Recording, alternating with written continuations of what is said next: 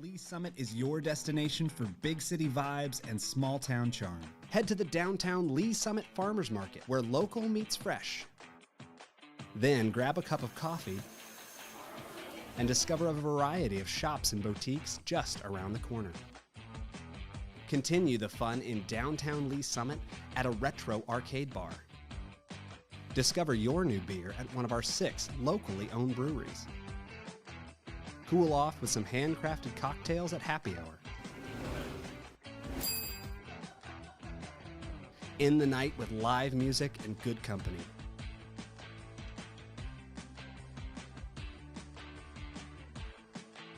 Lee Summit, Missouri. Hello, Lee Summit. I'm Laura, and this is your flash briefing for the week of June 2nd.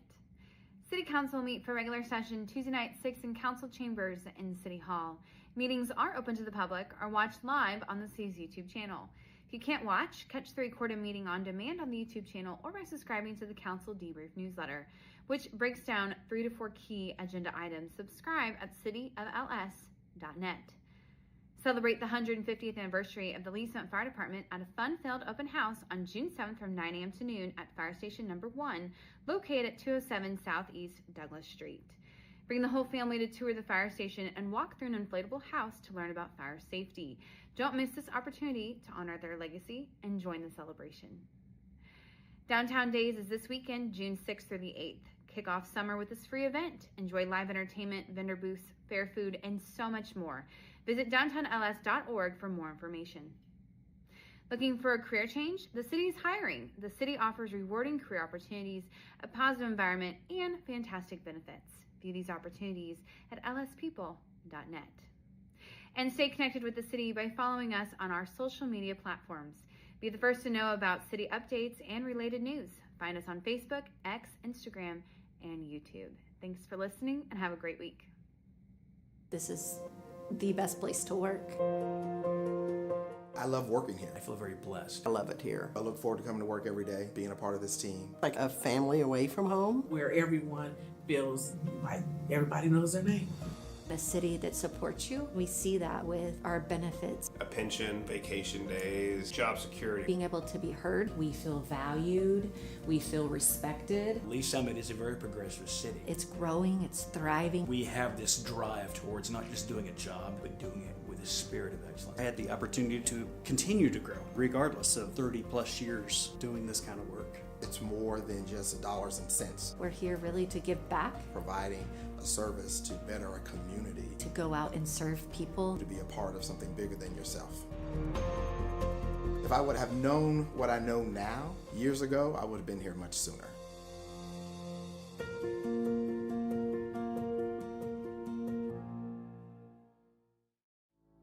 Traditionally, we think as police officers, those responding to law enforcement needs within the community. But honestly, we are there to serve our citizens, and our citizens do go into crisis. They do have mental health crises, and we're being called to those scenes on a regular basis. In order to help serve those citizens better, we did initiate the Crisis Intervention Team Program. These are officers that are specially trained to de-escalate crisis situations. Recently, we've brought co-responders onto the scene, licensed qualified mental health professionals housed within our police department, and they respond with those officers directly to those scenes where a crisis is occurring so they can interact with that citizen and get them the help they need right there on that scene.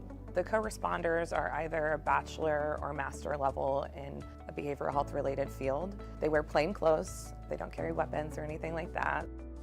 I have a police radio that I listen to all day. Listen for, those key words: mental health, behavioral health, crisis. There's a lot of officers that just call for me. I have my own radio number. I also have the ability to self-dispatch to them and say 982 is en route. Officers en route, 914, Armstrong. So typically I arrive after they've made it safe. I'll make contact and get kind of the rundown, and then I just kind of jump right in. Like, hey, my name's Allison. I'm a mental health professional. I'm here to help you.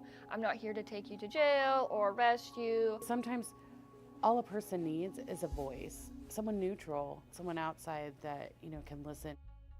I do a lot of safety planning, including family, their support network. Who's close to you? If they're home alone, who can come over and hang out with you today? Can we lock away your sharps? Can we put up your meds? Do you need meds? Can we get you over to the urgent care to get you assessed for your medications? Some of them also are like, oh, I'm so glad you came. This made me feel so much better. Our main goal as co-responders is to, one, get people connected to the services that they need, and also divert from emergency rooms and jails. And they almost get a different view of the police responding. That lets me know you care and the officers care. Please, how can we help you? My husband has... In 2020, we had 722 mental health related calls for service. 2022, by that time, 1,479. These mental health related calls for service are increasing. How we're responding to that is increasing the number of crisis intervention team officers we have available, as well as the number of co-responders we have available to respond on these calls. So what I think is important for the community to know about the co-responder program is that we're here, we exist. All you have to do when you call 911 is ask for us. You know, say, hey, I want a co-responder to respond to this crisis, and we'll go. I was really struggling about 8 years ago on my personal journey with mental health, and I met some amazing social workers and amazing programs that have helped me get to where I am today. I really couldn't see myself doing anything else. We want to help, and that's what we love to do. So I had a client, we got a call, she had some suicidal ideations, and she really felt that she had nobody. And you know, and getting to know her story and getting to know who comes around and sees you, well then we found a support person and they responded immediately. And we made a plan. I called back and checked on her in an hour, and then I checked on her in 2 hours. We were able to get her into the additional services to where she talks to someone every week or more. I just took a person that really just thought they had nobody and nobody would show up for them, and show them you do. And you'll be amazed who is in your corner if you just simply say, I need a little help.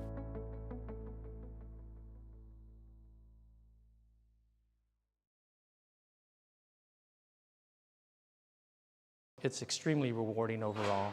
Just the fact of working with other council people and other volunteer commission members that are so involved and care so much about making this community better.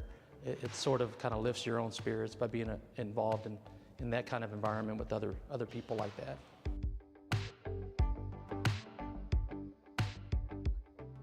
For many years, I was a typical resident, raising a family, going to work, in many cases leaving the city for employment, and went through a leadership class through the chamber. Learned a lot about our city and learned about all the great amenities and resources we have, and was asked if I was interested in volunteering on a commission. I said yes, and kind of the rest is history. I've just completed my 3rd year on city council, and so looking forward to finishing strong with this first term, and look forward to continuing to serve this community. My thing is that there's so many talented people in this community that believe in so many different initiatives.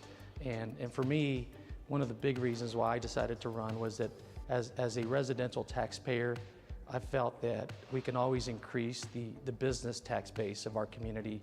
And that's kind of been a big part of my involvement on city council, is to encourage and promote and make it easier for development to occur, commercial development to occur in our community, to increase that tax base and diversify that tax base. And so I think we've made significant strides the last few years. We've had a collective great group of council members and mayor where we've really truly accomplished a lot of things that there were somewhat kind of stumbling blocks for previous councils. Working new contracts with our union personnel, firefighters and police was a big accomplishment for us. The fact that we were able to push along some initiatives like the downtown renovation for a market, a farmer's market. It's been a great experience to be part of those meetings, to help nudge it, and to the point where we have a developer involved is just a great feeling to have been part of that. And others, I mean, I think our park system, we've continued to support our park system to add a new community center, for example, that we negotiated with the metropolitan community colleges. So I'm proud of all those things and just being able to help make a difference in many aspects. I love definitely spending time with my family. We have 3 daughters and they're all fairly active, some in sports and other extracurricular activities. But for me, I love being outdoors. I love the trails, I love riding my bike, and I love playing golf. And we have awesome amenities and options within our community to have that kind of a lifestyle. This June will be 25 years that my wife and I have lived in Lee Summit and have raised 3 daughters in this community.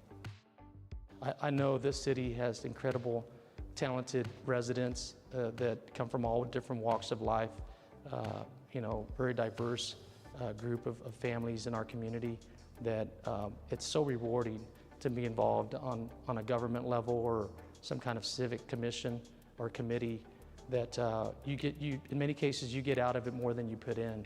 And I truly live by that and I believe that.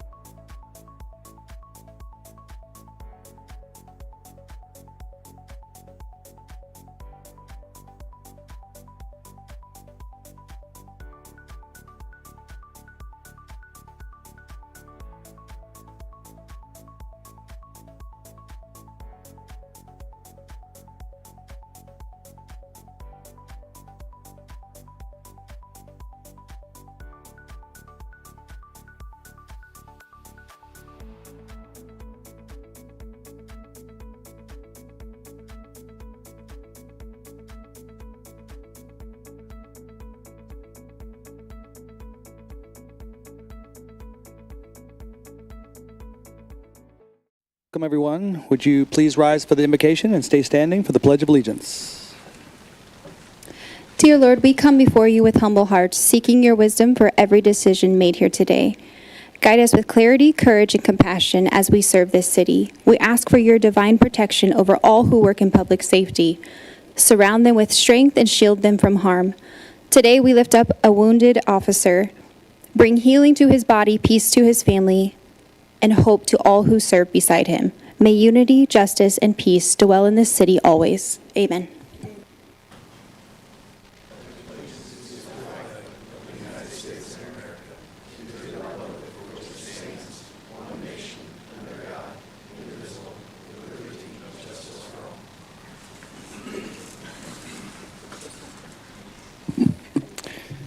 All right. Again, welcome, everyone. I'm calling to order the City of Lee Summit, regular session number 39.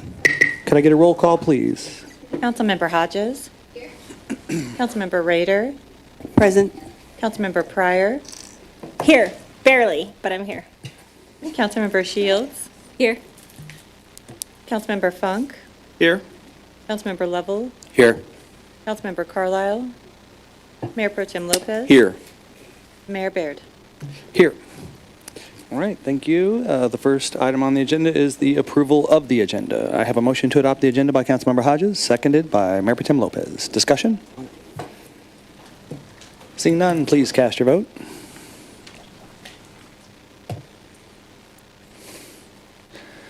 All votes are in. Please record the vote. It does pass unanimously. Thank you. Next is the approval of the consent agenda.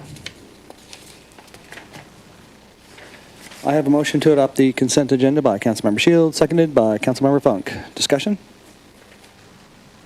Seeing none, please cast your vote. All votes are in. Please record the vote. Thank you. It's unanimous.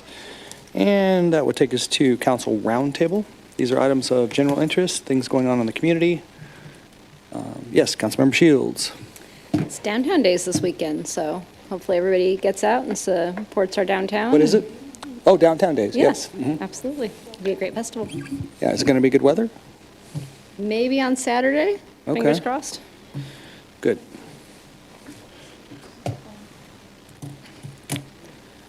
All right. Any other items? We have one proclamation tonight. It's Veterinary Appreciation Day. So is there someone here to, oh yes, come on forward.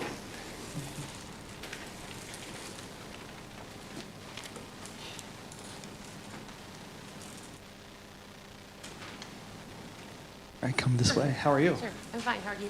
I'm good. Thanks for coming. I'm going to grab your actual proclamation. Yeah, come on forward, please.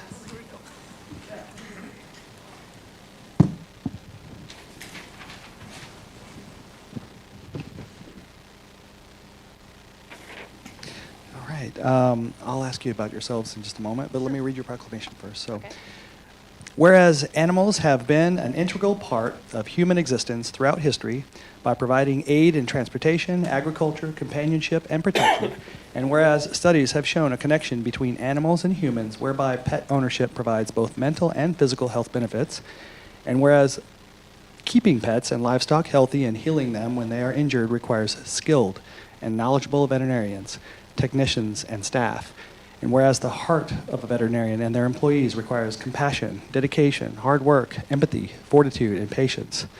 Whereas the City of Lee Summit wishes to recognize the vital role veterinarians and veterinary employees play in the daily lives of our pets and extend appreciation for their expertise, devotion, and concern to healing and keeping our pets and livestock healthy.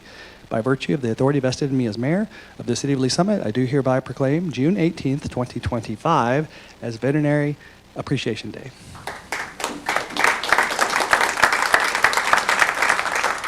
Thank you for doing this. I don't think we've done one of these, have we? No. So can you tell us who you are and tell us a little bit about yourselves? My name is Nina Noe, and I've been a resident of Lee Summit for over 35 years. And I want to thank you for this opportunity to acknowledge Vet Appreciation Day in June. And I would like to just recognize Dr. Brockhouse from the Lee Summit Animal Hospital. I wrote to our mayor to ask for this award because of Dr. Brockhouse and her team working with my therapy dog, Casey. I became introduced to Dr. Brockhouse when we unfortunately had to euthanize our 8-year-old golden retriever, Archie, and I was very impressed with her compassion and caring attitude at that time. Since this experience, we had a new puppy named Casey. My therapy dog has been a patient of Dr. Brockhouse for the last year and 8 months. Casey became very sick as a puppy, and Dr. Brockhouse and her team were remarkable and brought him back to health. Casey was able to live a great life and touch many patients at St. Luke's East Breast Center, where we were a therapy team together. And as a breast cancer survivor, this was a life list for me. Casey was an incredible, sweet soul who would make everyone smile. Casey became ill from underlying issues. He passed away from complications that his body could not fight off. I don't know that any of us realize what a veterinarian goes through. The extreme appreciation I have for the work that Dr. Brockhouse gave our sweet dog is unmeasurable. She came in on her days off. She talked me through tough conversations. She was there by text and phone calls, and she is an incredible, caring person who, at the end of Casey's life, drove him to the University of Missouri for the vet program to do tests. You just don't find this type of vet care anywhere. It's truly remarkable. The heart of veterinary care is compassion. Her deep empathy for Casey and my family was incredible. I know that navigating difficult conversations and experiences can be emotionally exhausting as well. She did everything she possibly could for Casey and then some. Dr. Brockhouse is a Lee Summit resident. She's a graduate of the University of Missouri and works in our community. Dr. Brockhouse went the extra mile and heroic measures for care for Casey. She is a person of high character, and that you just cannot teach this kind of heart. Please join me in showing appreciation for her and her work and dedication in the veterinary field. I'm proud also that I gained a new friend.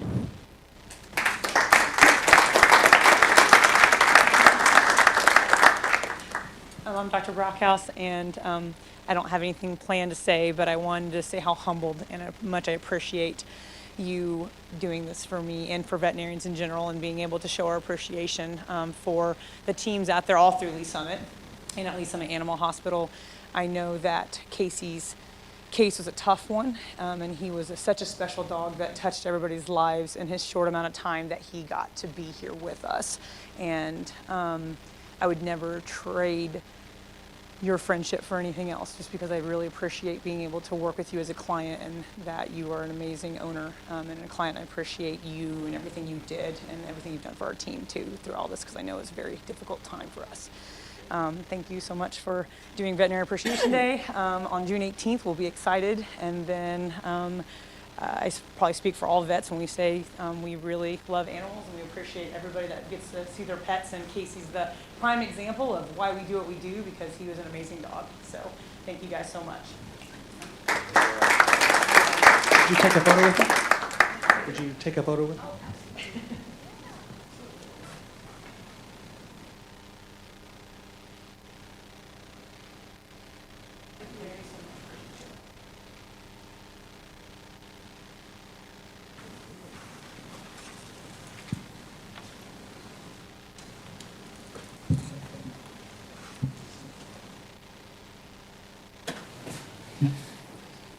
All right, well, my long-haired German Shepherd's going to get extra love tonight. Okay, Southpaw. Dr. Brockhouse, she's Southpaw. I have a left-handed dog, left-pawed dog, Southpaw. Oh, I can prove it. Okay, we're going to get to business now. I have a public hearing we need to conduct, so we're going to close the regular session, open the public hearing on the matter of agenda item 5A.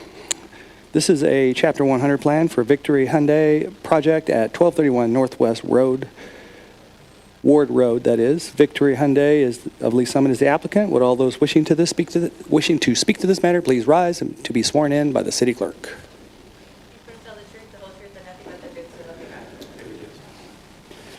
All right.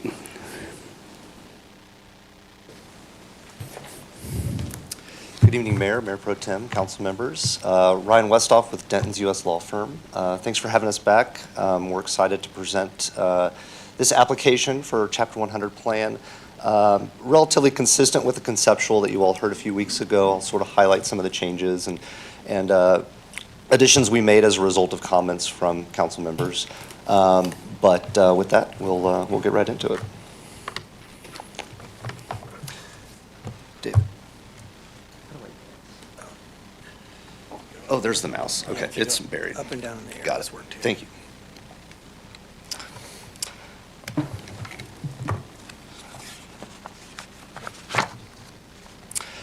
All right, just a little bit of refresher about the applicant. Victory Hyundai is a automotive group with about 10 dealerships located throughout the Kansas City metropolitan area. The only other Victory Hyundai dealership is located in the KCK market out near Legends. Victory Auto Group is a member of the Premier Auto Group family, which is based in New Orleans and operates in several states throughout the United States. Victory is the flagship brand of Premier Auto Group that's located here in Kansas City. So just for purposes of understanding the naming that we're using throughout the presentation. Premier Automotive and Victory are proud of their community involvement and their being a large donor to a lot of community organizations, particularly with respect to Giving Hope Kansas City and Women of Hope Unite. Currently, Giving Hope of Kansas City operates out of the Kansas City, Kansas location as a result of the dealerships located out there on that market. But as we expand into the Missouri market, there's hopes to expand those operations onto the Missouri side. One of the more recent projects that we highlighted during the conceptual that I'd just like to refresh your memories on today is the most recent dealership that was built by the Victory Auto Group, as shown here. It's located in Ottawa, Kansas. The one thing I want to highlight here is just to kind of give you a sense of the project costs and the public incentives as a result of that dealership and how much these things kind of cost and how we're looking into it from a financial perspective. That dealership was just shy of $10 million in project costs. Any incentives that were provided by the City of Ottawa under a TIF plan over there was about a quarter of that project budget. As Victory Hyundai was looking at potential sites for its second Hyundai dealership, it looked at a number of locations to complement its Legends, Kansas City, Kansas location. And in addition to Savannah, St. Joseph, Odessa, also looked at Independence, but sort of zeroed in on Lee Summit as being kind of a prime location, sort of close to the metro, but also convenient for General Manager Austin Dury, who's here tonight with me, as well as from a market standpoint, being able to sell Hyundais to folks in Kansas City. Lee Summit was a desirable market for them. The Lee Summit site that Victory Hyundai is looking at and has acquired and is looking to have the Chapter 100 apply to is located near the intersection of 470 and 50 Highway, particularly on the southeast corner of that intersection. The project site is within the Douglas Tudor Road targeted planning area as a part of the city's policy for purposes of economic incentivization. The site was formerly within the Summit Fair TIF plan, and Mr. Bushek kind of got into this detail during the conceptual, and I suspect I'll have a little bit of a refresher on his presentation as well. But the site is currently no longer a part of that TIF plan. It was deactivated in 2021. And as a result, there's no incentive in place on this particular site. The site has had multiple efforts to try to develop it that have sort of that haven't come to fruition. Class A office, industrial, federal government storage were a number of the things that we talked about during the conceptual presentation. But also retail development. Large Cabela's, Sam's Club was contemplated for the site that just never came to fruition, which is why the TIF plan was in fact deactivated.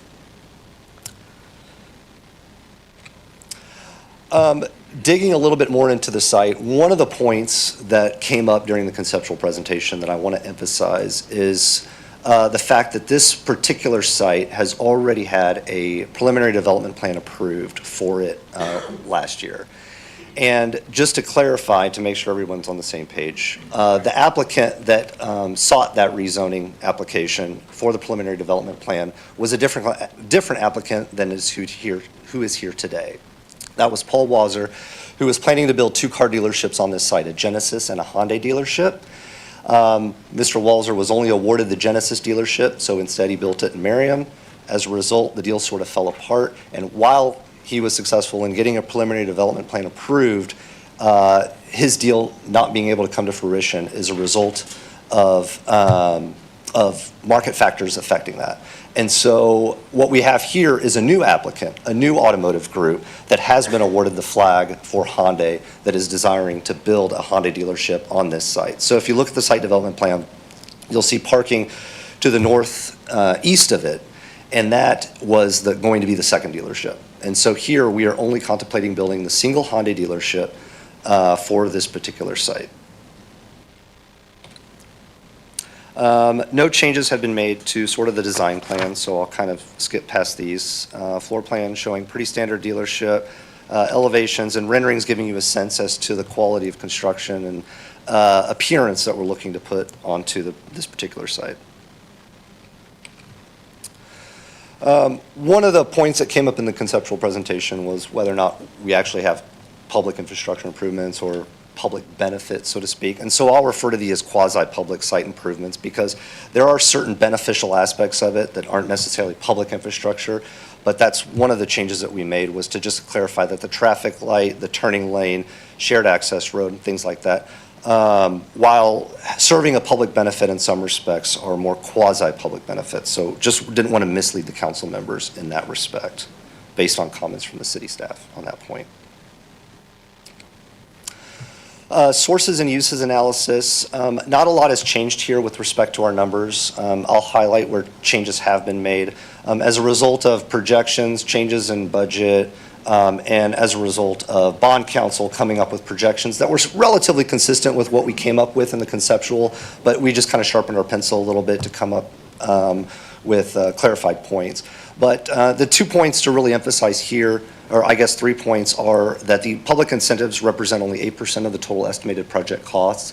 Obviously, the city grants anywhere in a range from 5 to 25%, but with 8% being on the lower end, we hope and feel that this is a modest ask in the grand scheme of things. With respect to ensuring that we're sort of falling in line with the city's policy on granting incentive requests, more than 15% of our costs will be funded with company equity, and a good portion is obviously being used to provide those quasi-public infrastructure and site improvements. Project cost breakdown, no changes here, still about $13 million for the most part. Property tax abatement projections, we've amended this slide just to scotch, just to align with bond council's projections as well. But for the most part, we're still sort of in that $1 million total abatement range. We're asking for a 75% abatement, not a full 100% abatement, with a net present value of about $750,000 over 10 years. On construction materials, we're requesting a sales tax abatement of about $250,000. We adjusted this one, again, based on sort of how bond council projected it, but just slightly different, to account for the fact that not all construction materials will be purchased in the taxing jurisdictions that are providing the abatement. Cash flow analysis, again, if you recall from last time, the point we're trying to make here is that contrary to a developer presentation where we would talk about net operating or return on investment and being able to actually develop a project and sell it for a profit, here we're talking about an operating business that's going to be here over the course of the incentive period of 10 years. And so while the incentive is helpful and needed to help offset the increased construction costs, it is a modest ask with respect to the grand scheme of how much of an operating loss the dealership will have in the first couple of years. So getting into the nitty-gritty of things that we didn't talk about last time, but the council asked us to drill down on, is economic impact. First one I want to focus on is jobs. We collected 2 data points, number one being from the Kansas City ADC and their economic data that they have available through various data databases, as well as Victory Hyundai and Premier Auto Group's internal data based on how much they project from other car dealerships and how much they're budgeting and projecting for this car dealership. Interestingly enough, I was shocked at how accurate these two projections were, being that they came from completely different sources.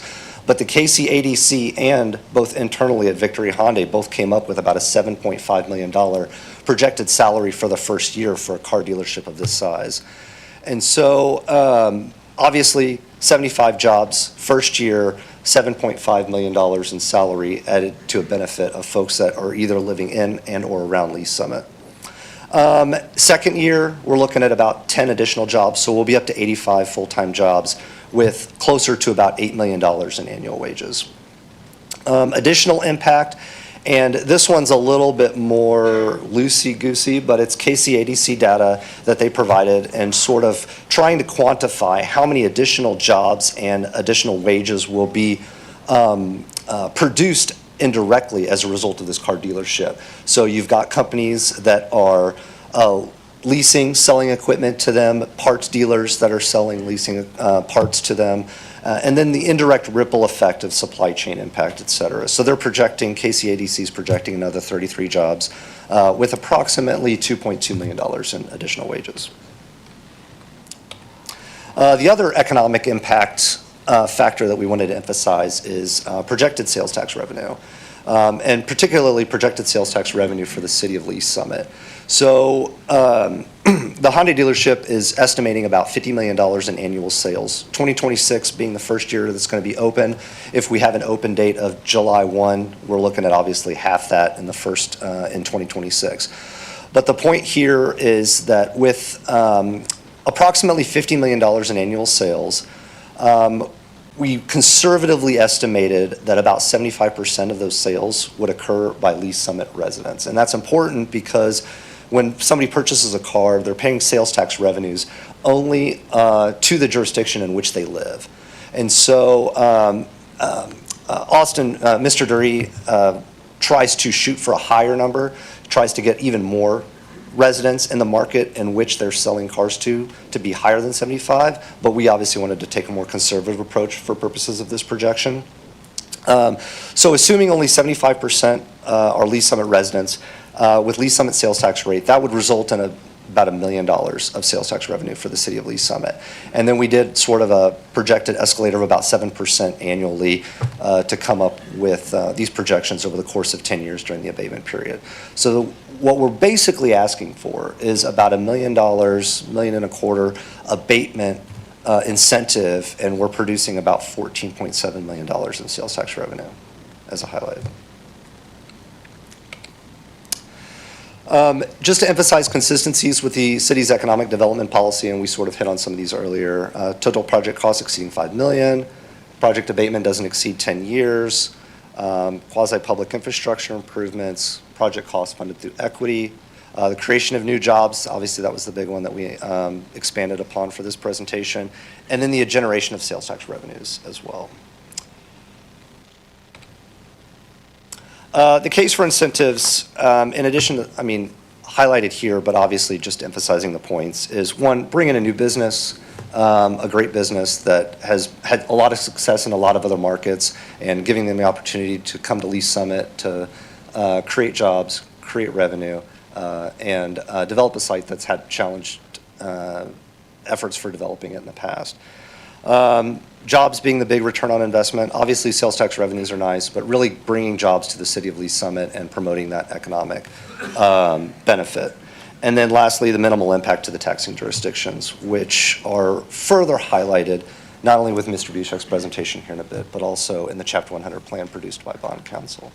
So with that, I'll conclude, obviously be available for any questions. I've also invited with me today, as I mentioned, Mr. Austin Dury, who is going to be the general manager of the Victory Hyundai, and then as you will recall, Steve Rich, who is familiar with the background on this site, who can help answer any questions as a refresher from last time's conceptual presentation. Thank you all very much. Thank you. We'll have the city's presentation, then we'll come back for questions.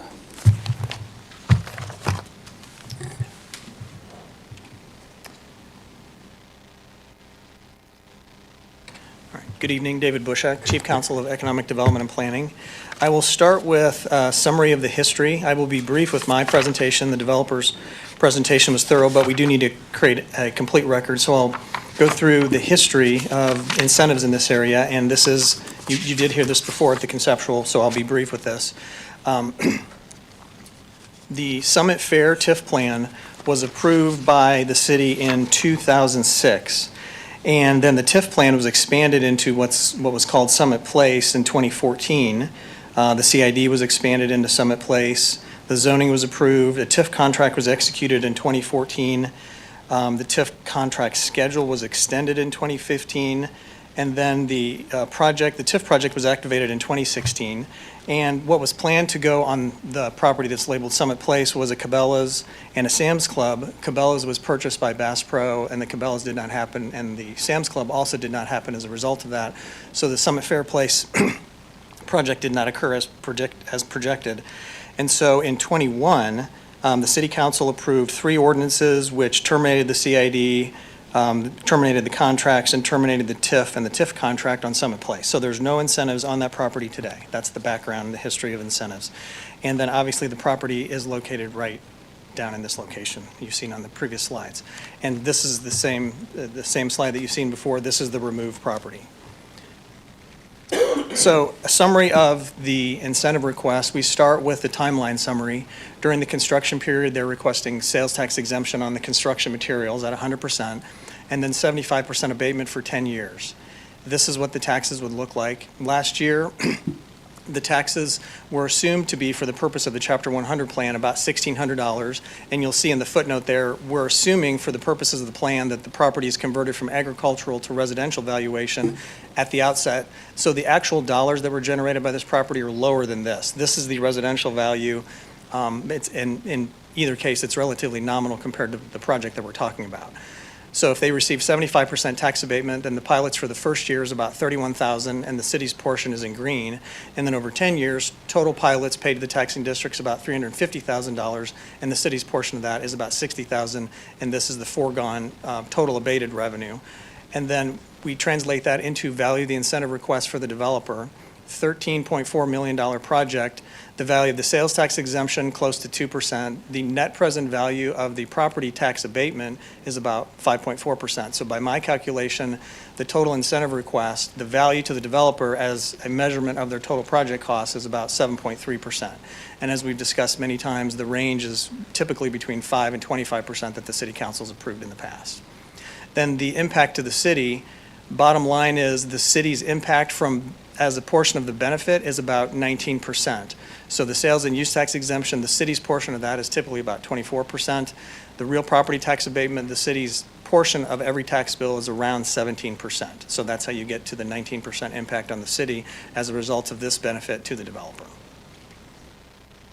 This is then the simple one-page summary of the incentives. One tool we're using, Chapter 100, the 2 components, sales tax exemption and real property tax abatement, the same numbers that I just showed you. This is the simple one-page summary in case you need to see something in the future and know what the incentive does. And then this chart you've seen many times, and I will again focus on the summary down here. The project average across all of the incentives the council has historically approved, about 16.5%. And for Chapter 100 alone, the average is about 7.9%. So this request is a little bit below what the average has been compared to what the City Council has approved in the past. And the last 2 comments that I have, 2 things that I noted as I was listening to the developer's presentation. First, what they're calling quasi-public improvements. They're certainly public improvements if they occur in the city's right-of-way, but we would not consider them to be regional public improvements. They're more localized benefits. So they're certainly public improvements if they occur in the public right-of-way, but they don't have a more regional benefit, which that's one of the questions that was discussed at the conceptual presentation. The last comment that I'll have is I noted that the PDP was sought and was approved by the council as a result of a different applicant. And so this is one of those opportunities to point out to the Planning Commission, to the extent they're listening, and the City Council, when you're making your zoning decisions, you're making a land use decision, not an applicant decision. And this is a great example of that. You now have a different applicant in front of you requesting the incentives, different than the party that received the zoning approval, That's why we focus on the land use aspect as opposed to the applicant aspect when we're going through the zoning process. That concludes my comments, and we can discuss and I can answer questions. Did you have any exhibits to enter into the record? Yes. I will enter into the record Exhibits 1 through 5 as they appear in your packet. Okay, please enter into the record Exhibits 1 through 5. All right, thank you, sir. Questions for Mr. Bushek or the applicant? Councilmember Rader. Thank you, Mayor. I don't remember when you guys came before us for the concept. Did you talk about the two charitable organizations that are associated with Victory, the Giving Hope to Kansas City and then the Women of Hope? And I just wanted to know a little bit more about those, what they do. So, yeah, the two organizations, Giving Hope, one of which we feed 11,000 families a day, give hot meals out. It started out in New Orleans after Hurricane Katrina and kind of pushed its way this way, all the way to the California area. We have the food kitchen in in Kansas City, Kansas, that we do now. Operational Monday, Wednesday, and Saturdays. And basically, there's no guidelines as far as income you make or anything like that. If you need it, we give it to you, and you just kind of line up.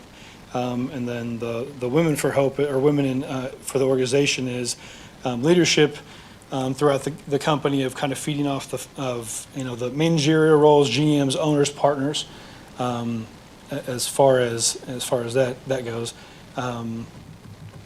Does that kind of answer your question as far as like the two like? So for the women part, Yes. so is this to empower more women to Absolutely. work in your organization? Absolutely. Is that what you're talking about? Correct. Yeah, in our field, it's yes. Okay. All right. Well, thank you. I appreciate that. Absolutely. I think that's all I have, Mayor. Okay, thank you. Councilmember Shields. Thank you, Mayor.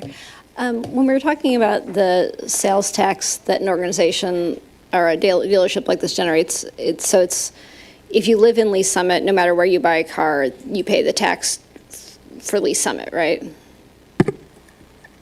That's correct. You're taxed on the place of residence. Right. So I mean, they gave an estimate of they think about this many sales will be in Lee Summit, and this is the amount of revenue it would generate. But do we have any sense of, do we think that those are new sales, or are these sales that those people might have bought a car either in Lee Summit or somewhere else and have paid the tax here no matter what? Because again, whether they buy the car here or in Independence or whatever, the sales tax is paid here, right? Yeah, I think that would be a good point. That would be something that you'd essentially deduct from the equation of benefit to the city. As city staff, we don't have any particular data on car sales and, replacement versus would this person who's purchasing a car at a new facility in the city have purchased a car in the city anyway? That's a good point. Anywhere else. Right, anywhere else. Because they can buy it anywhere and pay the tax here. They can buy anywhere, and they're Right. taxed at their place of residence. So if they're going to purchase a car, that's a good point. The city would get the sales tax regardless of where the sale occurs in that situation. Okay. As far as the payroll numbers go, the number of jobs that are created, the average salaries, is that data that staff reviews at all? Do you agree with the developers' conclusions there? Any comments on the multiplier effect of how that impacts the community? So when it comes to the developers' data regarding their employment, we have to rely upon the developers' trustworthiness when they provide that sort of data. We don't have any way to independently verify, are they actually going to pay these workers in 2 years the salary that they're indicating tonight? I don't really have a way to test that. But the numbers that they provided are in keeping with the data that I've seen for other economic incentive projects. There's nothing about the data that they presented that looks anomalous or out of Okay. proportion. It seems it would make sense to you for a dealership of this type, this size, to employ that many people at those kinds of salaries? I think so. They would have, based on the projects that I've worked on and the projects we've processed in Lee Summit, like I said, don't have a good data set for that. But I'm sure the developers giving you actual data from their business practice. And like I said, I don't see anything that stands out to me as noteworthy. And then I guess my last question is, how long has this property been on the market and attempting to be developed? It kind of feels like we're hitting the, but for some kind of incentives, it's going to be hard to get anything moving here. Does that? I think you could reach that conclusion. Like we talked about, the property was heavily incentivized previously. The project almost happened and didn't due to some strategic purchases by Bass Pro and blocking the Cabela's store. It's presumably been on the market since then, and you can certainly take that factor into account when you're making your decision. Okay, thank you. Those are all my questions. Thank you, Mayor. Thank you.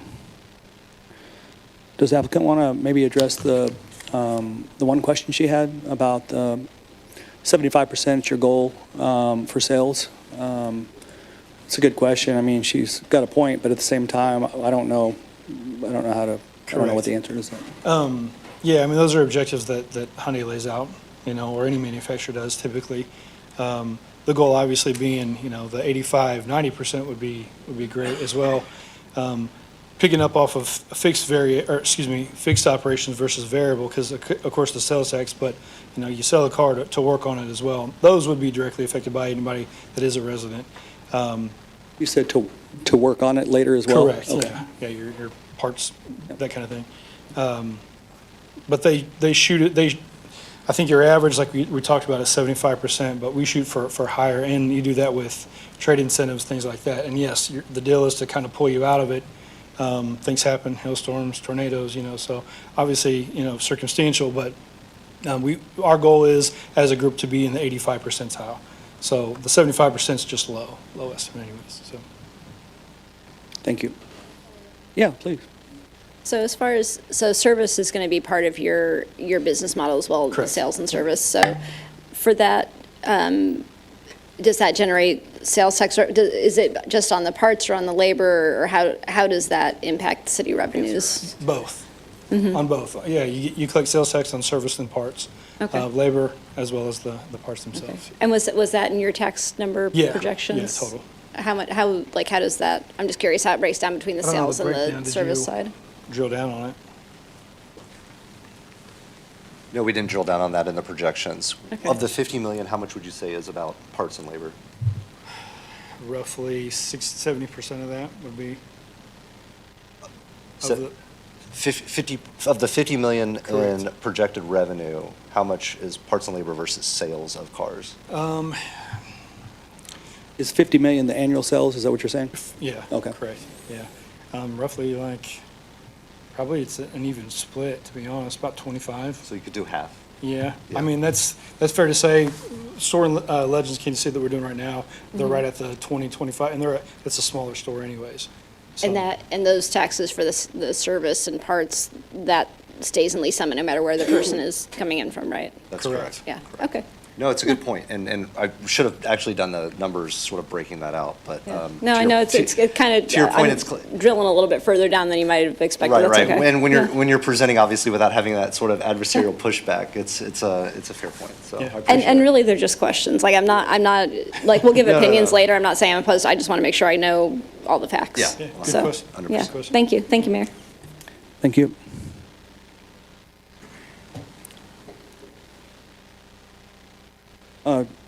Not seeing any other questions, so I'll just ask a couple. Mr. Bushek or the applicant could answer it, but when we see something like this that's a 10-year, and you can ask up to 20 on this one, is that right? And you can structure this different ways. You can do 50% of 20 years, you can do 75% of 10. Is there any logical explanation, or is it just The 10 years at 75%, I think, just that was their preference? I think their goal was the target number as opposed to a duration. Right, net And- present value and all that stuff? Correct. Okay, got it. Okay.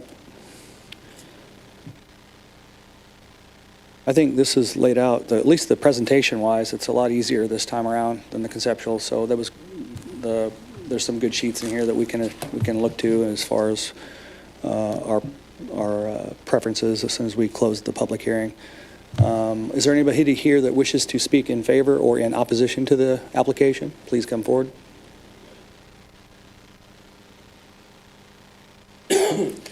Any further questions from council or discussion? Not discussion, any questions right now, and then I'll close it. Does the applicant care to make any further comment? All right, thank you. Hearing no further testimony, I'm closing the public hearing and reopening the regular session. Is there any council discussion on this application? Councilmember Shields. Thank you, Mayor.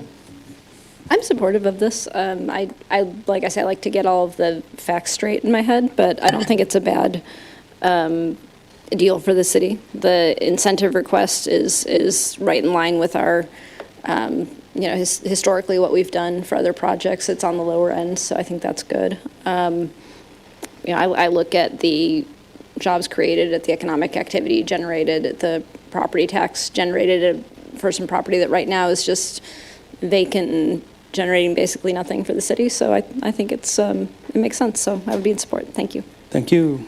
Councilmember Lovell.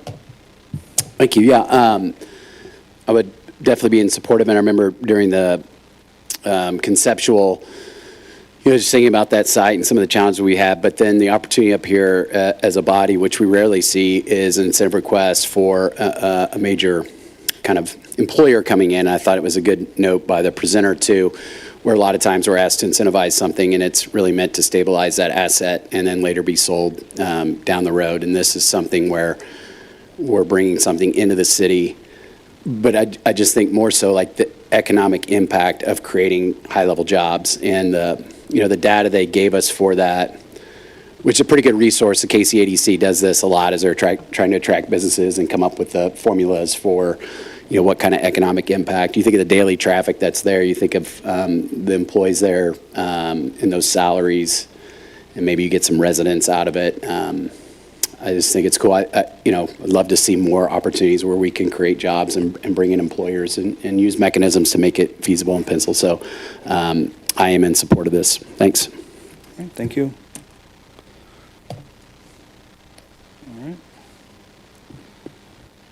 All right. Not seeing any other comments. I'll just say, Mr. Westhoff, sorry. That was just the details and the drill down. The presentation was, this is what we're used to seeing. So much easier for us to calculate our return on investment, not just yours. So 75 jobs, 7.5 million in wages, going up to 85 million, or 85 jobs, so 8.5 million. And then love the KCADC reference to the indirect jobs, 33 more jobs. So you're looking at 10 million in wages right off the bat, possibly, or soon. The 14.7 million over 10 years in sales tax revenues to Lee Summit at 2.75%. That's a lot of money to the city. So we're talking return on investment. It's hard to not recognize that. So great job on the presentation as far as much more analytical details. And I know the first one was conceptual, but this makes it a lot easier for us to make decisions. So I'll be in support of it as well. With that, I'm going to ask Councilmember Hodges, or Faith, I'm sorry, no. Councilmember Faith Hodges is over here. Councilmember Hillary Shields is over here. Councilmember Hillary Shields, would you please read Bill number 25-101? Thank you, Mayor. I move for second reading of Bill number 25-101, an ordinance approving a plan for Chapter 100 projects with Victory Hyundai project. Thank you. We have a motion to move to second reading. Bill number 25-101 by Councilmember Shields, seconded by Councilmember Hodges. Discussion. All right, seeing none, please cast your vote. All votes are in. Please record the vote. It passes 8-0. So thank you for sticking to this and investing in Lee Summit. So appreciate it. It'll be second read probably the next meeting. All right, we're going to close the regular session again and open the public hearing in the matter of a special agenda item 5B. This is a special use permit renewal. It's a telecommunications tower in District RDR on land. I'm not sure what the RDR stands for. I'll have to check that one out in a second. On land located at 1204 Northeast Woods, Chapel Road. American Tower Corporation is the applicant. Would all those wishing to speak to this matter please rise and be sworn in by the city clerk.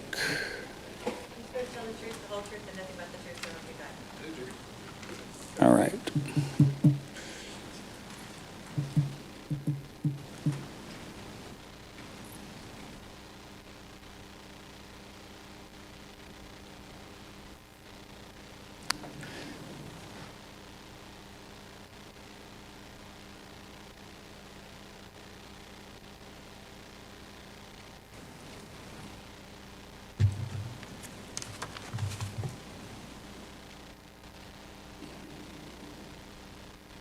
Mr. Trefren. Yes, sir. Good evening. Let's see, I'm going to get it pulled up. Okay. I hope that did not break anything. I guess we'll find out. So good evening. I'd like to enter into the record. Exhibit A is list of exhibits 1 through 16. Please enter into the record Exhibit A, 1 through 16. And you are Mr.? Mr. Trefren. Yeah. Ian Trefren, planner. Ian. Very good. Sorry. And your title is? Planner. Planner. Thank you. Okay. For the city, for the everybody in the crowd. I know he's with the city, but. Yes, yes, for the city of Lee Summit. Yeah. So is there not going to be an applicant presentation, just you? Yes, the applicant's on Zoom, but they're not giving a presentation. That's They're right, I staff. remember that. Okay, Yep. thank you. So, good evening. I'd like to present application PL 2025-069, a special use permit renewal for application, or for a telecommunications tower at 1204 Northeast Woods Chapel Road. The applicant, American Tower Corporation, is requesting a 20-year SUP renewal to permit the continued operation of an existing 150-foot monopole telecommunications tower there at 1204 Northeast Woods Chapel. The property is zoned RDR, which is our Rural Density Residential Zoning District, and the comp plan is identified for residential use. With respect to the site itself, the monopole itself is located on a 0.05 acre site within the 5.81 acre property, which is also developed with a detached single-family home towards the south. This is located about halfway up, just where the star is located, a little bit beneath it. So with the condition of approval listed here and in the staff letter, the application does meet the standards of the Net Comprehensive Plan and the requirements of the UDO. Thank you. Okay. Any questions for Mr. Trefren or the applicant who's on Zoom? All right, is there anybody here? Councilmember Shields. Yep. I just wanted to make sure that we have the application number right. The one in my agenda doesn't match what's on the screen. Oh, you are absolutely correct. That is not correct. It should be PL 2025-024, I believe. Okay. Yeah, good catch. Sorry about that. Okay. Wanted to make sure I didn't have something wrong. Thank you, Mayor. That's all. Thank you. Okay, is there anybody here that wishes to speak in favor or in opposition to this application? Please come forward. Okay. Does the applicant care to make any comment? If not, you don't have to say anything. No, just I apologize for not introducing myself sooner. I'm Taylor Lovely on behalf of American Tower. All right. Thank you. Thanks for zooming in. Thanks for having me. All right. Let's see. Hearing no further testimony, I'm going to close the public hearing and reopen the regular session. Is there any council discussion on this? I've been through a few of these before over the years now. So, Councilmember, I've closed the public hearing, so I'm just going to say we're back in the regular session. Councilmember Carlisle, I teased her when I knew she wasn't going to be here because I said there was going to be a telecommunications on here. She's usually one of the only no votes that I've ever seen on these, but I thought I'd at least put it out there that she votes no on these most of the time. She doesn't like giving up any rights to telecommunications. So I told her I would at least put a little 2 cents out there. It's not my opinion. That's hers. Yeah. But these are necessary things for our community when it comes to telecommunications and such. So I don't have other solutions. That's why I'll be supporting it. All right. With that said, Councilmember Hodges, would you please read Bill number 25-102? I advance to second reading Bill number 25-102, an ordinance granting a special use permit for a telecommunication tower in District RDR on land located at 1204 Northwest Woods Chapel Road, all in accordance with the provisions of Chapter 33, the Unified Development Ordinance of Lee Summit Code of Ordinances for the City of Lee Summit, Missouri. Thank you. We have a motion to move to second reading, Bill number 25-102 by Councilmember Hodges, seconded by Councilmember Funk. Council discussion? Seeing none, please cast your vote. All votes are in. Please record the vote. It does pass unanimously and goes to second reading. All right, thank you all. And now we're going to go to public comments.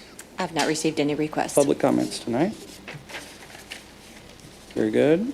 I'll stay with our city clerk and ask her to please read resolution number 25-14. Resolution number 25-14, a resolution authorizing the mayor to appoint successor directors to the Highway 50 and Todd George Community Improvement District. Thank you. We have a motion to adopt resolution 25-14 by Councilmember Shields, seconded by Councilmember Funk. Discussion? Seeing none, please cast your vote. Please record the vote. It's unanimous. That resolution is adopted. Would you also please read resolution 25-15? Resolution number 25-15, a resolution authorizing the mayor to appoint successor directors to the Colbern Ridge Community Improvement District.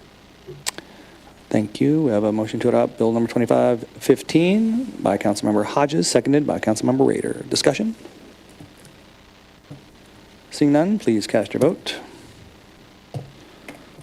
All votes are in. Please record the vote. That resolution is also adopted. Thank you all. And that would take us to proposed ordinances forwarded from committee. Councilmember Shields, would you please read bill number 25-103? This is going to be on CDBG. I'll let Mr. Elam, do you want to do this now before she reads or after? Go ahead. I'll let you do this and then I'll go to Councilmember Shields. Tell us about CDBG this year. We got changes this year for the first time in a while. That we do. Good evening, Mayor and members of the council. Ryan Elam, Assistant City Manager. What you have before you tonight is the annual CDBG information, the annual CDBG allocation, but there's a couple of different things about this one this year. This is also the year that we adopt a new consolidated plan, and that consolidated plan is essentially the 5-year strategic plan that sets the stage for the funding investments that are received from the CDBG. It is a requirement. It's kind of heavily regulated as to the information that is contained in that consolidated plan, and we've been working with Mosaic, a consultant, to put that plan together. And actually, Miss Jessica Gay is here to available to answer any questions on that plan if you have any desire for that.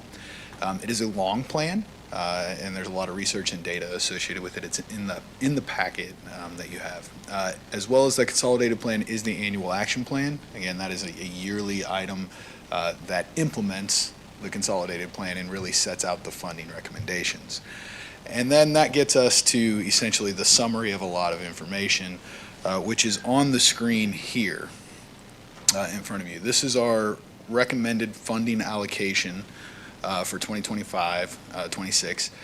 You see at the CEDC recommendation, we had this total amount here, $342,628. That's because the way that the process works, we have to start with last year's allocation as the best guess of what HUD is going to provide. This year, we got the official award, and it's actually more than we were anticipating. It's $385,005. So that was a good little surprise.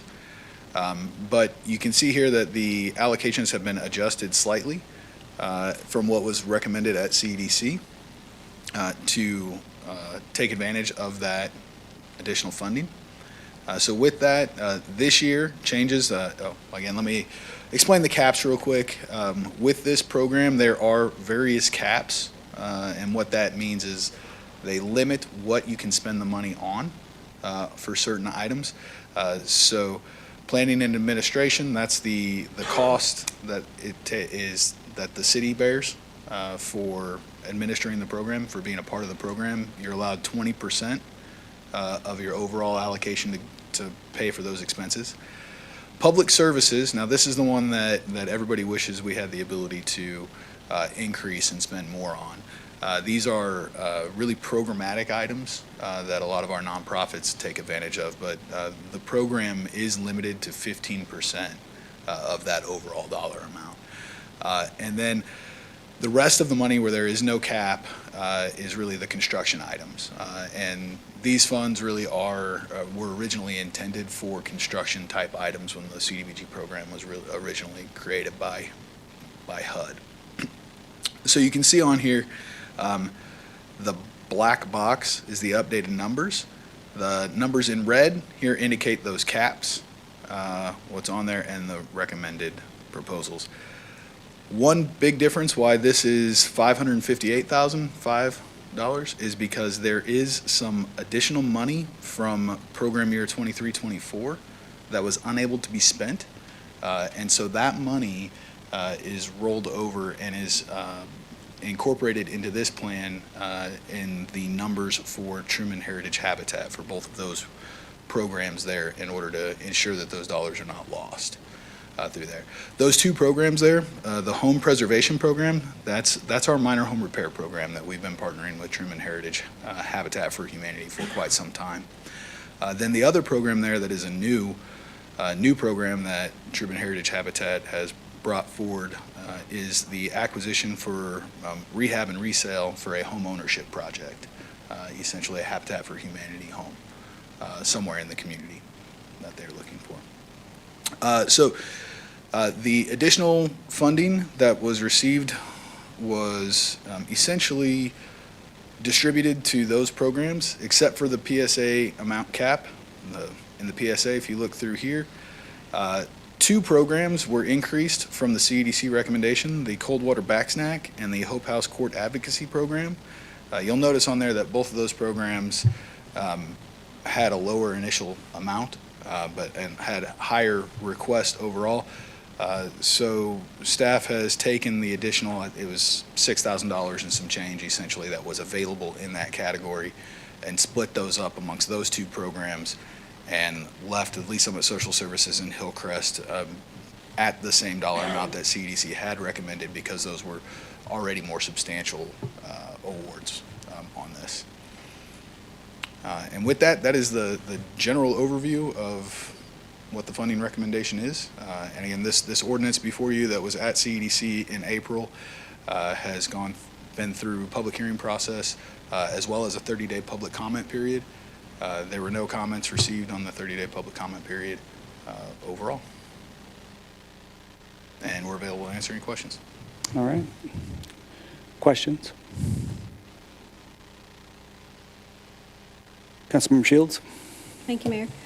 So in Finance and Budget Committee, we've been kind of talking about grant programs more generally and kind of some new reporting, well, but new compliance requirements that we have, and kind of how the city is analyzing that risk. So the reason why we're moving forward with this one right now is that because those funds have already been awarded, and this is just kind of doling them out as opposed to a new application. Is that so right? I can attempt to answer a little bit this, and I'll look to our finance director as well. Mm-hmm. But the CDBG program, we're what's known as an entitlement community.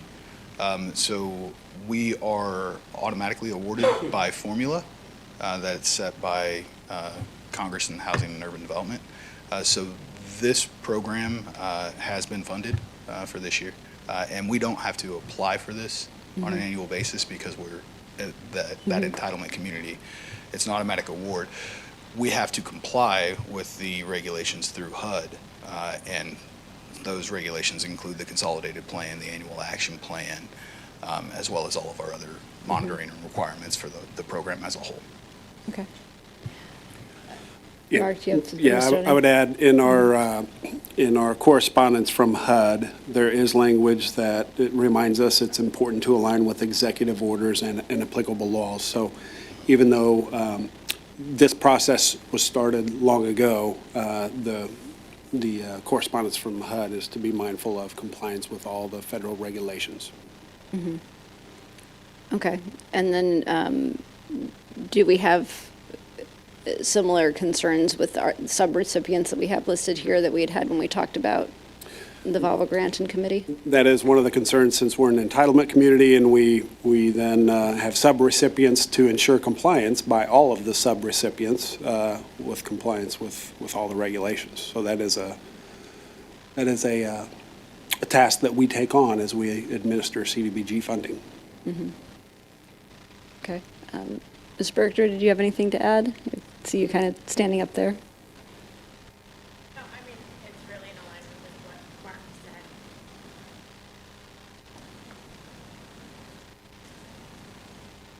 Brianna Burrichter, Director of Finance, and yes, we have been talking about it at the Finance and Budget Committee.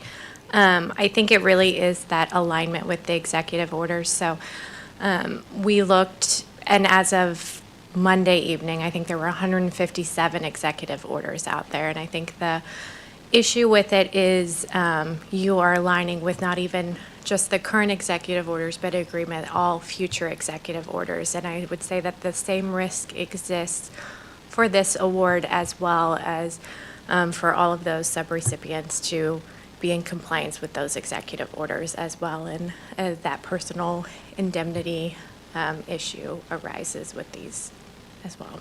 This was just further in the process to align with kind of what you were saying earlier.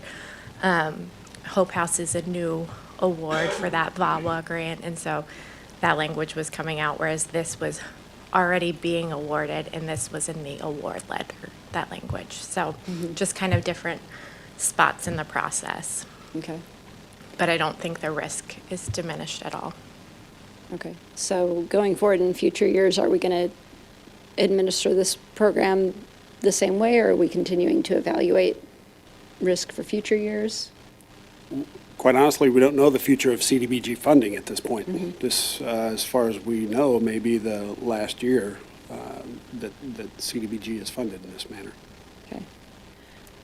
And then, but you were talking about like a long-term planning, Mr. Elam? I'm sorry, I'm honestly just a little bit confused about what all is going on with all these different programs right now. Yeah, it definitely can be very confusing. But this program, the 5-year consolidated plan, is still a requirement for this grant. So that consolidated plan is what lays out the goals and objectives for the next 5 years associated with it. It doesn't commit any funding or anything to it. It's yeah. So the annual action plans that come every year are what implements the items that have been identified in the consolidated plan, and that's what allocates the funding through there. So that happens on an annual basis associated with that. Okay, thank you. Thank you. Thank you, Mayor. Thank you. What's that? Let me see if there's any other questions first. Any other questions or discussion?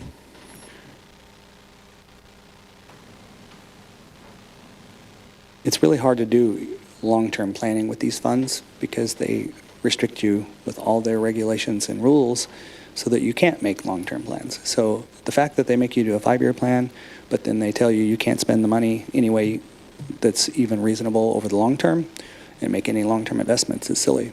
So, but that's just my personal opinion. I will vote for this, and I'm glad that we have nonprofits and such that are going to do good with the money.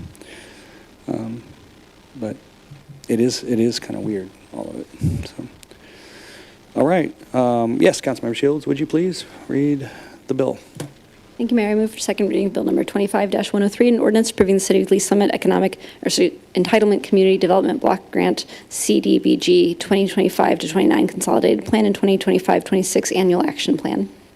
Thank you. We have a motion to move to second reading, Bill Number 25-103 by Councilmember Shields, seconded by Councilmember Hodges. Discussion? Seeing none, please cast your vote. All votes are in. Please record the vote. It does move to second reading unanimously. Councilmember Shields, would you please? Thank you, Mary. I now move for adoption of Bill Number 25-103, an ordinance approving the City of Lee Summit Entitlement Community Development Block Grant CDBG 2025-29 Consolidated Plan and 2025-26 Annual Action Plan. Thank you. I have a motion to adopt Bill Number 25-103 by Councilmember Shields, seconded by Councilmember Hodges. Discussion? Please cast your vote. All votes are in. Please record the vote. It's unanimous. It's adopted. All right. We're going to go to proposed ordinances first reading. Councilmember Pryor, would you please read Bill Number 25-104? Thank you, Mayor. I move to advance to a second reading, Bill Number 25-014, an ordinance vacating a portion of a utility easement located at 4716 Northeast Freehold Drive in the City of Lee Summit, Missouri. Thank you. A motion to move to second reading, Bill Number 25-104 by Councilmember Pryor, seconded by Councilmember Shields. Discussion? Seeing none, please cast your vote. All votes are in. Please record the vote. It's unanimous. Thank you. Going to proposed ordinances, second reading. Councilmember Funk, would you please read Bill number 25-096 for adoption? Thank you, Mayor. I move for adoption Bill number 25-096, an ordinance approving a preliminary development plan for land located at 610 Northwest Chipman Road for Valvoline Oil, all in accordance with the provisions of Chapter 33, the Unified Development Ordinance of the Code of Ordinances for the City of Lee Summit, Missouri. Thank you. We have a motion to adopt Bill number 25-096 by Councilmember Funk, seconded by Councilmember Shields. Discussion. Seeing none, please cast your vote. All votes are in. Please record the vote. Passes 5-3, so it's adopted. And then, Councilmember Lovell, would you please read Bill number 25-097? I move for adoption Bill number 25-097, ordinance approving a preliminary development plan for land located at 110 Southwest Raintree Plaza Drive for Christian Brothers Automotive, all in accordance with provisions of Chapter 33, the Unified Development Ordinance of the Code of Ordinances for the City of Lee Summit, Missouri. Thank you. We have a motion to adopt Bill number 25-097 by Councilmember Lovell, seconded by Councilmember Hodges. Discussion? Seeing none, please cast your vote. All votes are in. Please record the vote. It passes 7-1. Thank you. And then our last bill, Councilmember Rader, would you please read Bill number 25-098? Thanks, Mayor. I move for adoption Bill number 25098, an ordinance granting a special use permit for major automotive repair facility in District CP2, Planned Community Commercial, on land located at 110 Southwest Raintree Plaza Drive for a period of 30 years, all in accordance with the Article 6 of the Unified Development Ordinance for the City of Lee Summit, Missouri.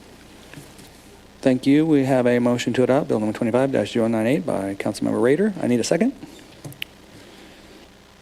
Seconded by Mayor Pro Tem Lopez. Discussion. Yes, Councilmember Pryor.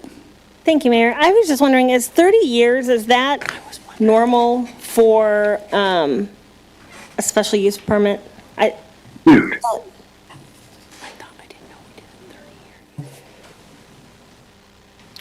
If I recall correctly, I think it's on the higher end, but it is within the standard for new construction, major automotive repair facilities without a sales component for new automotive. So it's different from like a car dealership, but it is in line, just on the higher end. Okay, and then when they come back, usually it's like in increments of 10, is that? Yeah, 10 to 15, sometimes 20, but generally in that 10 to 20 range, yeah. Okay. Is average, I feel like I remember usually 20 years. For new approvals? For new approvals. Is that more average as 20? Yes, so historically, let me see if I can pull up my original presentation. I do know that in the past 20 years has kind of been the standard, although in the past 5 years, I believe there was another application that landed about the 30-year mark. So it is, within precedent, but it's kind of on the higher end, and it's shifting that way a little bit. Okay, not crazy about that. Thank you. Mr. Dunning? Yeah, thank you, Mayor. If I recall with this one, it's look at the level of investment too, and the materials being used, I think was part of the rationale behind looking for 30 years out of this one. Some of the other special use permits with automotive repair are less years, but when you look at level of investment and in this case, an all brick facility, I recall some of that being part of the considerations for 30 years. Thank you. All right, thank you. Any other discussion? Seeing none, please cast your vote.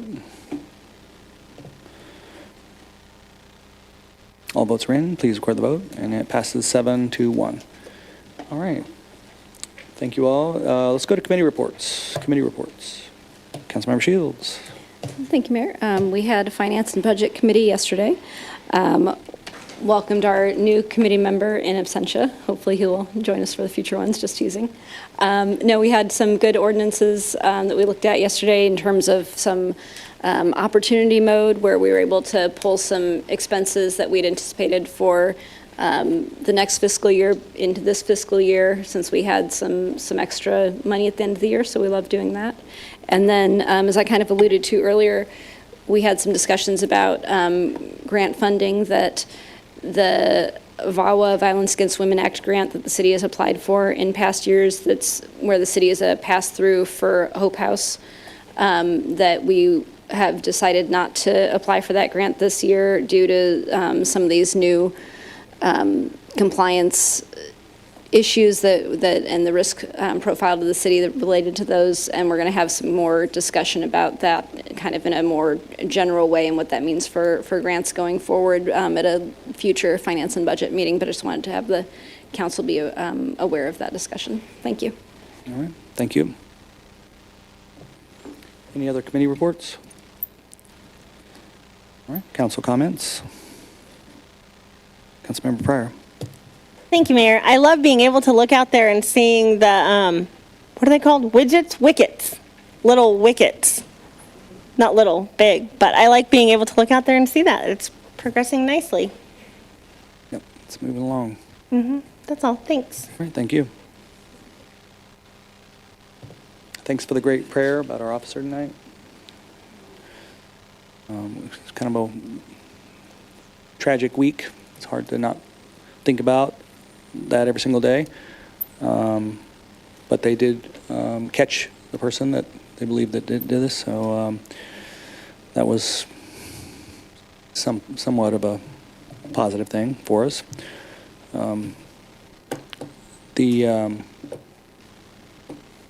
There's different ways you can contribute if you want to help. There's answering the call and things of that nature, so just to our citizens, there's definitely ways to support our police officers. So, Councilmember Pryor?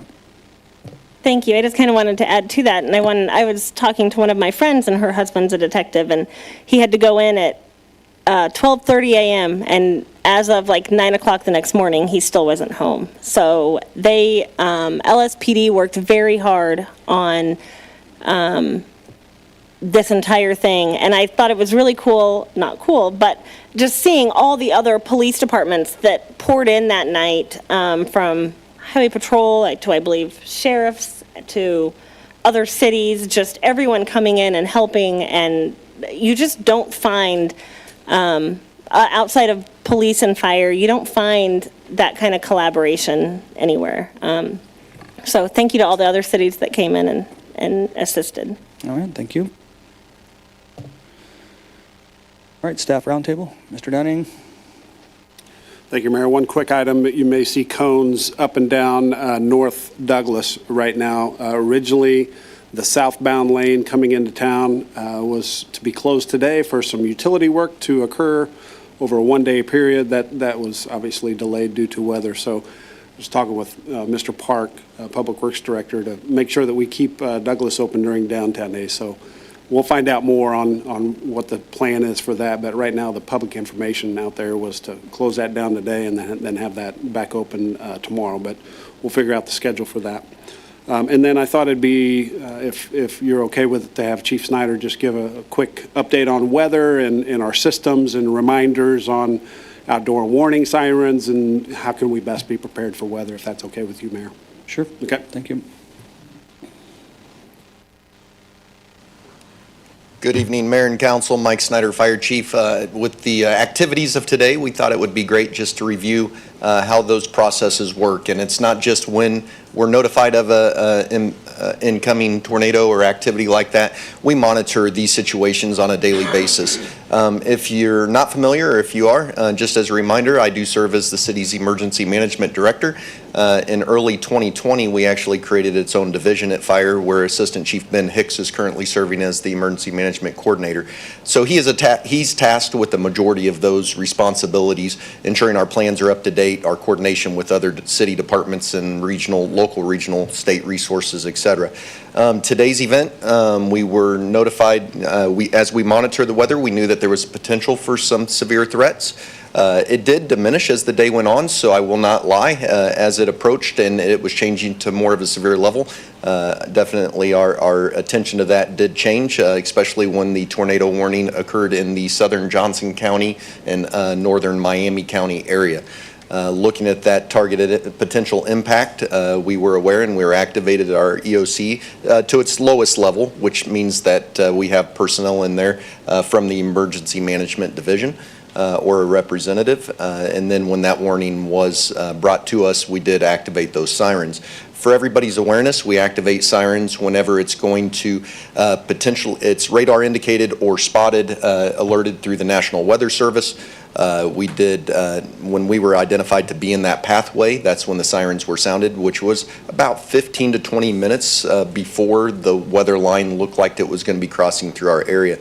We sound our sirens for one cycle, which is 10 minutes. And they do sound, it doesn't matter if it's on the north side of Lee Summit or south side, it sounds in the entire city when we activate those. We are considering some options for the future to change that, but we're working with our partner at Blue Valley Public Safety as well as the National Weather Service to ensure that we have those proper systems set up to ensure it's activated. But with that, they did sound. We had them go for that first rotation. We did sound them a second time because of the second tornado warning that was initiated near the I-70 corridor. I think they said over Arrowhead or Kauffman Stadium is where that originated, and the trajectory of it was moving east and northeast, but it did list Lee Summit within that area of concern, so that's why that second activation occurred.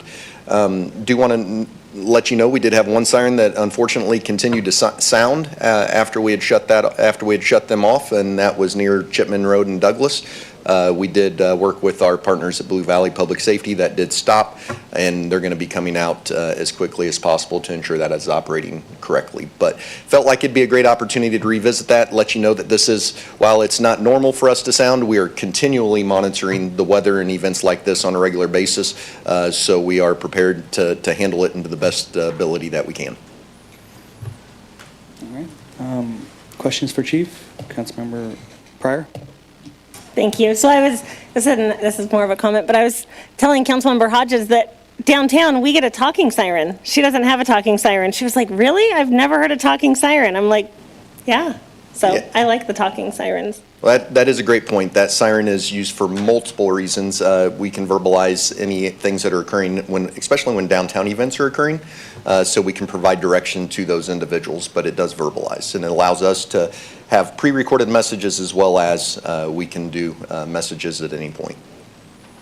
Is it the only one in the city that? Yeah. Yes, ma'am. All right, thank you. Councilmember Shields? Thank you, Mayor. I appreciate all the hard work that goes into this. I do want to kind of comment. I feel like as we continue to review our communications plan and our emergency communications plan, that I think that our emergency professionals are doing a great job, and I feel like we could do a better job supporting them on the comms side. That my husband and I were looking at this, we're like, I think I hear the sirens going. I think we need to be going down to the basement. And I'm like, are we sure we're in the pet? And so like, I'm trying to go on social media. I'm like, let me look at the city's page and see if they've said, hey, Lee Summit, get down to the basement. And I did find something on the fire department's page, which was just pasted the National Weather Service alert, NWS alert. And honestly, those are a little bit hard to read. I was like trying to parse through it and be like, okay, I think this is the one that means that we actually need to take shelter right now. But I feel like we could have some better comms queued up and ready to go, images ready to put out on social media, that we just fill in the, you need to take shelter until this time. And I think like the one on the fire department page, understandable you guys are working quickly, but it had the time in Eastern time, because I guess that's what the National Weather, so I was like, wait, do we stay down until 3:45 p.m. or 2:45 p.m. because it's art, and I'm not, it's not disparaging to anyone. I just think, we're lucky that there wasn't actual damage, but next time I feel like we could do better alerting our residents to what they need to do. So, thank you. Go ahead, Ms. Nash, you want to chime in? And I have a follow-up to one, too, as well. Yes. Cheryl Nash, Director of Creative Services. We do have the LS Aware system that is powered by Everbridge, and anyone who signed up for that and has signed up for that received notification. I'm signed up for that, and I got 2 severe thunderstorm warnings after the tornado warning had already passed, and I never got a tornado warning through it. We can check your, what you've checked when you logged in. We can check those and make sure. We can do that tomorrow. But I actually got mine before the I'm getting weather alerts, and I didn't get I know. a tornado alert. Like, I feel like we can do a better job on this, and And it needs to be out there on every social media platform when something like this happens, because most people haven't signed up for something, like it should go out through those platforms too.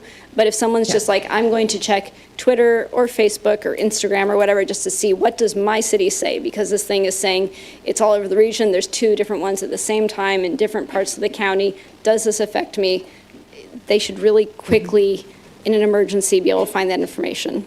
And I didn't see that today. And I was looking for it, and I'm someone who knows where to look, and most of our residents, they shouldn't have to know where to look. It should be real easy to find on every channel.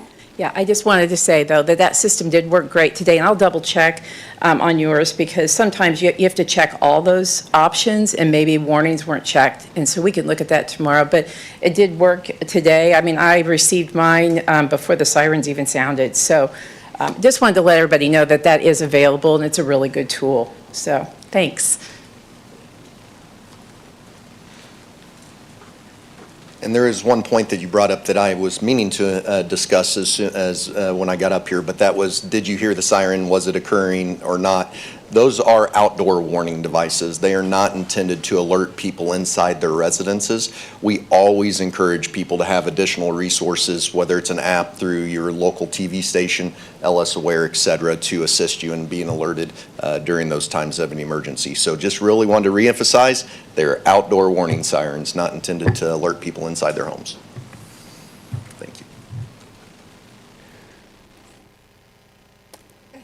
I think we'll need to talk about this more, Mr. Dunning, because, you know, it's all subjective, but when I think about my wife or my mom or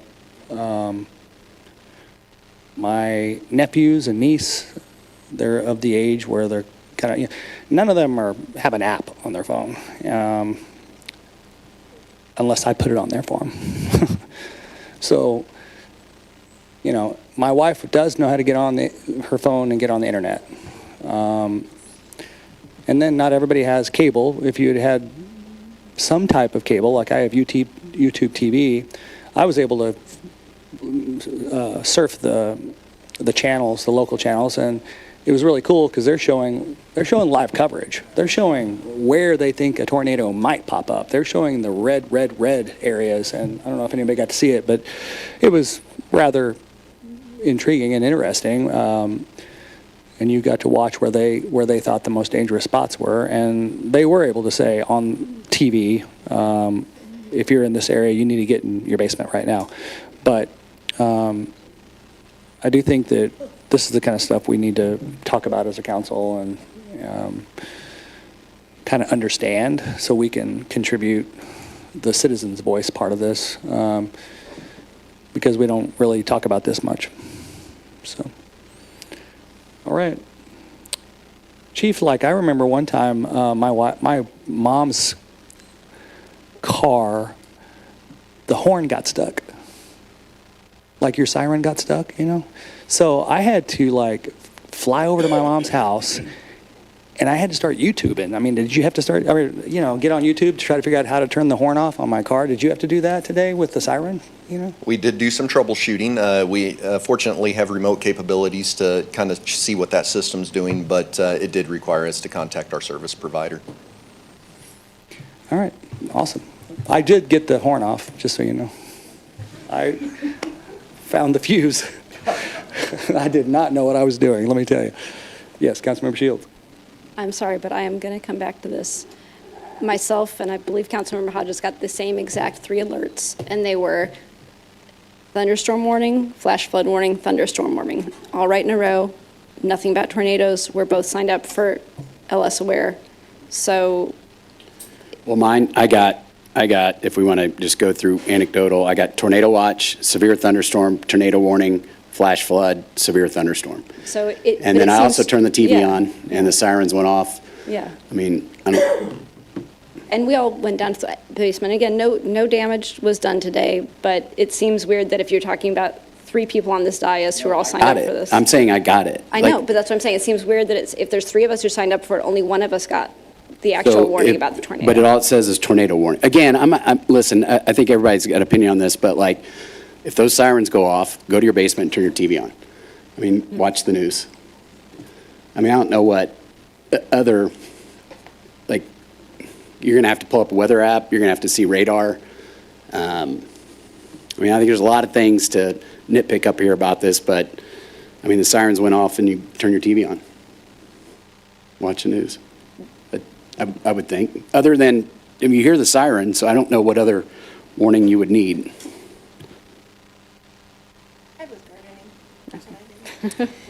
I think, Mr. Dunning, we need to talk about this a lot more, because I think there's probably going to be a lot of different opinions up here on this. So we'll have to figure that out. If you could please get with me on that during our planning. Okay, let's go to our closed session. Councilmember Shields, would you please? Thank you, Mayor. Pursuant to Section 61021-9 of the revised statutes of the state of Missouri pertaining to preparation, including any discussion of work product on behalf of a public governmental body or its representatives for negotiations with employee groups, I move to enter closed session. Second. Thank you. A motion to go to closed session by Councilmember Shields, seconded by Councilmember Hodges. Discussion? Seeing none, could I get a roll call vote, please? Councilmember Shields? Aye. Councilmember Hodges? Aye. Councilmember Pryor? Aye. Councilmember Lovell? Aye. Councilmember Rader? Aye. Councilmember Funk? Aye. Mayor Pro Tem Lopez? Aye. Mayor Baird? Aye. Everybody have a good night.